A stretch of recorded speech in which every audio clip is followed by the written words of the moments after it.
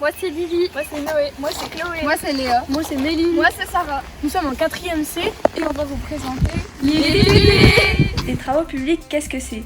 Les travaux publics, souvent nommés TP, peuvent se définir comme étant des travaux de construction ou d'entretien ayant une utilité pour la société et les habitants.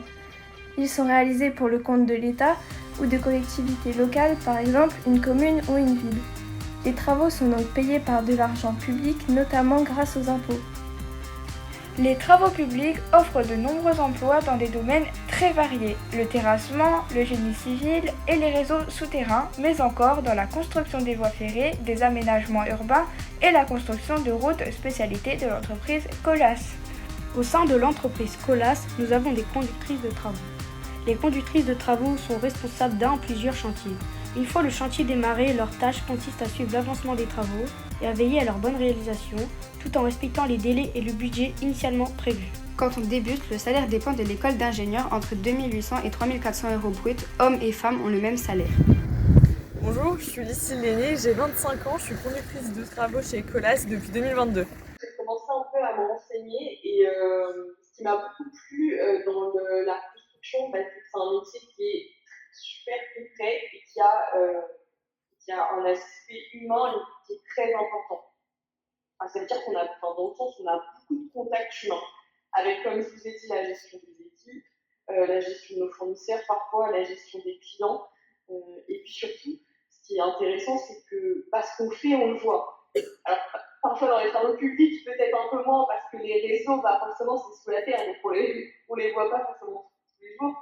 Mais in fine, quand même, on sait que on a participé à la construction d'un nouveau bâtiment, d'une nouvelle plateforme, d'une nouvelle route. Et je trouve ça super. Je trouve ça valorisant le fait que ce soit concret ce qu'on fait. Se détacher, c'est un métier qui est très passionnant et très prenant.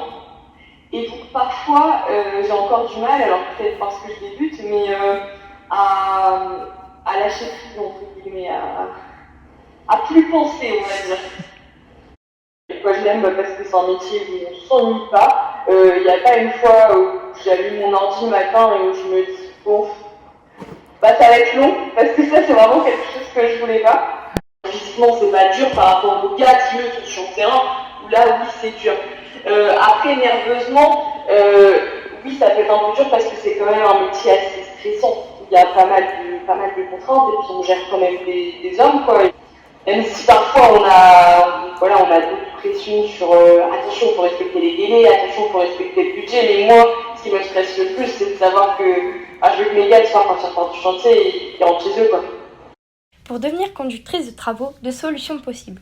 Tout d'abord, faire 2 années de classe préparatoire aux grandes écoles option physique, puis 3 années d'école d'ingénieur. Ensuite, on peut devenir conductrice de travaux après avoir fait un BUT génie civil en 3 ans. Enfin, n'oublions pas que comme Lucille, on peut faire directement les 2 ans de prépa dans l'école d'ingénieur. C'est une prépa intégrée. Sache que les métiers sont très nombreux et variés. Chef de chantier, conducteur d'engin, commercial, secrétaire de direction, comptable de bureau d'études. Encore géomètre, compagnon, responsable administratif, comptable. De nombreux métiers, tu peux te former en alternance ou en cursus scolaire comme au lycée des travaux publics de Bruy.